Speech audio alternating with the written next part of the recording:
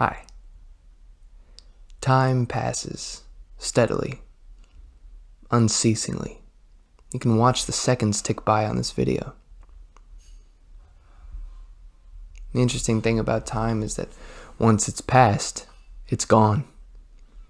Time passed as time passed away. The Stoic Seneca, he talks about this. He says we have this intuition that every moment that passes is a moment where we've marched one step closer to the grave. But the truth is, every moment that passed is a moment that's gone from us. There's no choice that can be made again. There's no revisions. There's no change.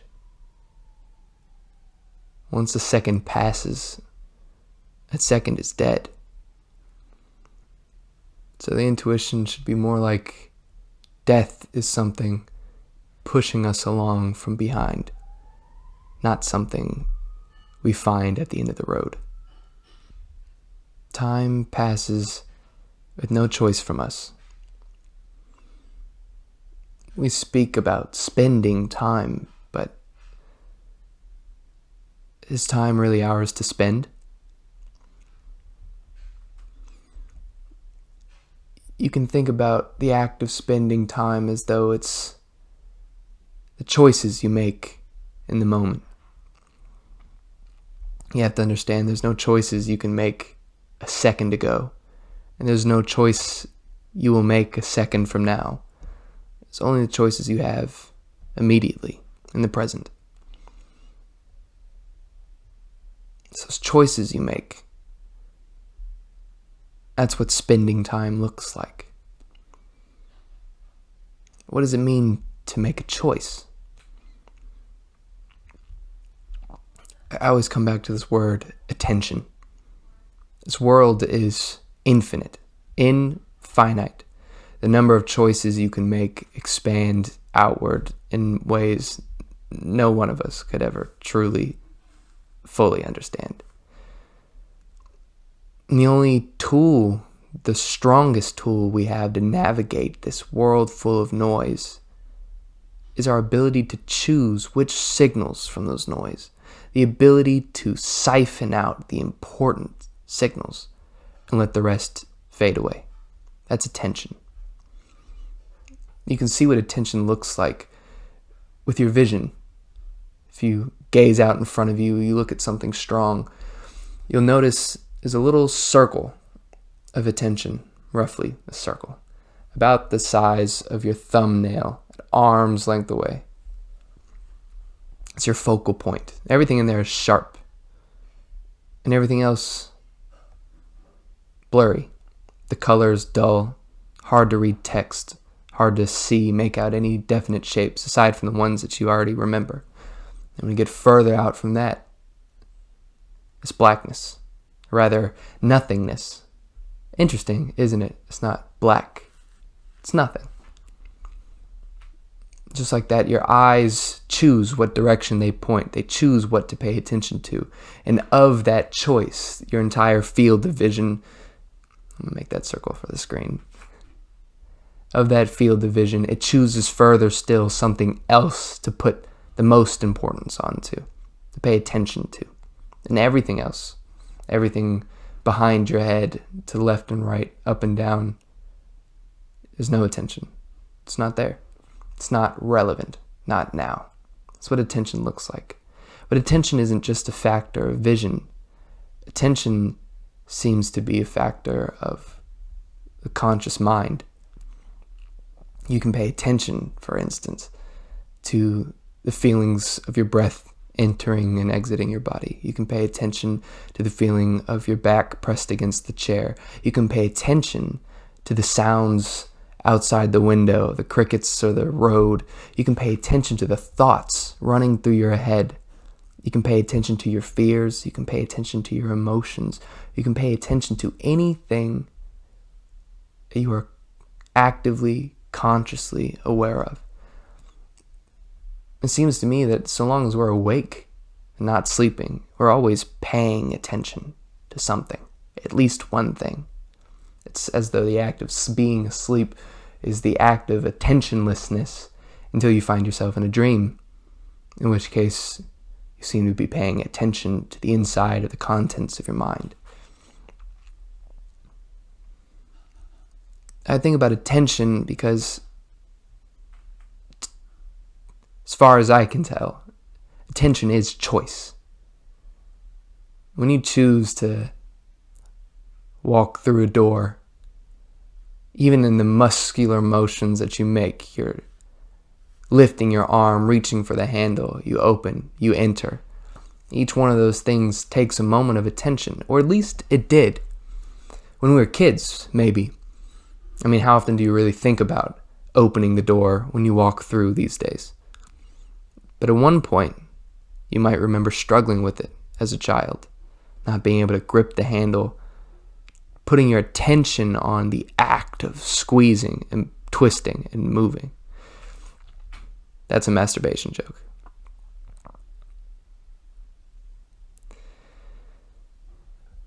It seems as though building habits is the act of no longer needing to pay attention. You integrate a behavior into your body, literally into your neurology. You wire it up. Your body learns and your attention is freed to focus on something else, to focus on new pathways to build, new habits to achieve, new things to create. So you can see immediately in the body that the act of paying attention is the act of growing, developing, improving.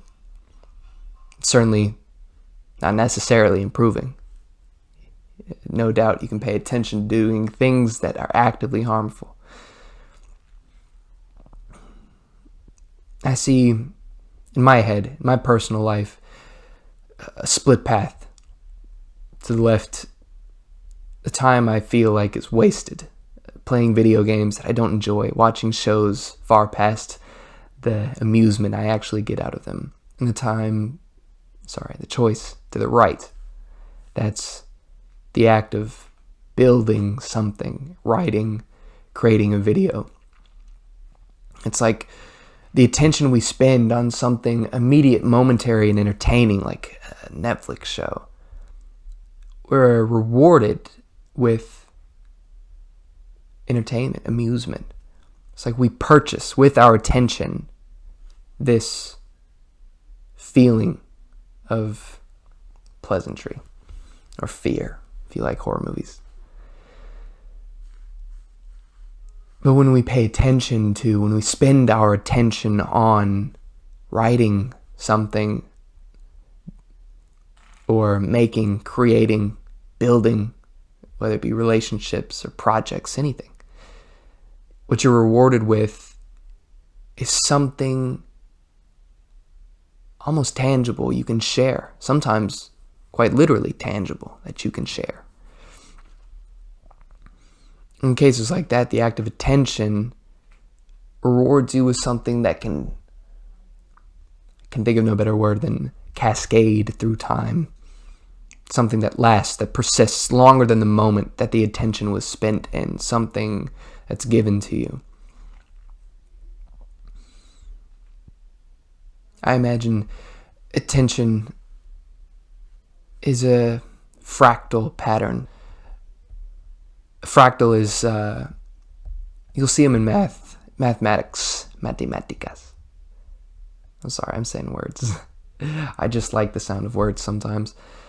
You'll see it in math where you find a pattern that repeats itself at every scale. So imagine an equilateral and equal-sided triangle. And then on each side of on that triangle, you split it into thirds. In the middle third, you construct a smaller equilateral triangle. So you can do this once. You'll see your triangle. You'll see sticking off of it are 3 more triangles. And then, for each existing side, you continue. You split each side down into 3, and you add another equilateral triangle. And you can do that indefinitely. And the interesting thing about fractal shapes is that In this case, the fractal triangle. If you were to draw a circle around the original triangle, these new triangles would never, ever pass the edge of the circle. Yet still, you can constantly and infinitely expand it. That's fractal. It's brilliant. And attention seems to work similarly. We noted earlier attention with the eyes as a function of the body. But in order to pay attention to what your eyes are focusing on, your mind has to be paying attention to what you're seeing. But if you've ever spaced out before, you know that the mind can wander. You can pay attention to something entirely separate from what you see and feel. You can be lost in what you think.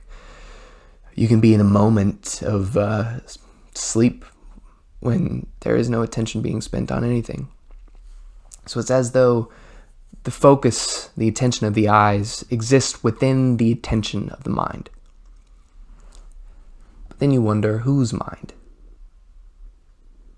It seems like the attention of your mind exists within this sphere of attention that we all collectively construct. When we speak to one another, when we talk to one another, we build this world around us through our words.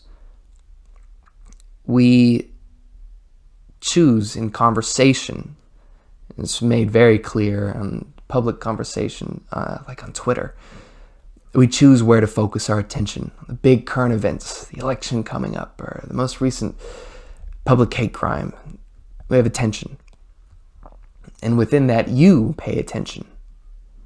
And within that attention, you choose what piece of this thing you're paying attention to focus on.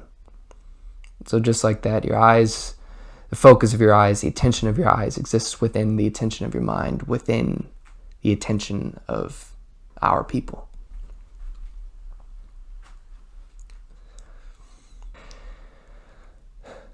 There is no spending time.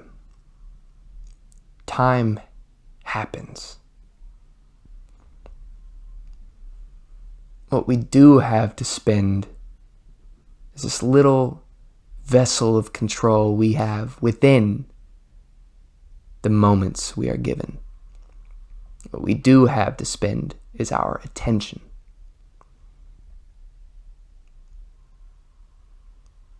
Pay attention to what you pay attention to.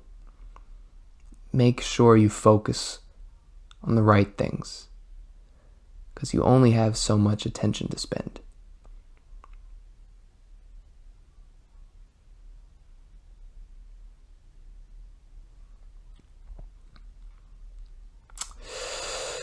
I feel like I take this a little bit too seriously. That was a little bit too much. See, have fun with these. I enjoy them a lot. I do so much, actually. It's a good time. But I'm still trying to learn. I don't know. I don't mean to take it so serious. It's just that this is there's not a lot that I find. There's just not a lot of humor in this particular bit. So maybe I'll bake it in time. Who knows? All right. I need to edit this now. I'll catch you later. Peace.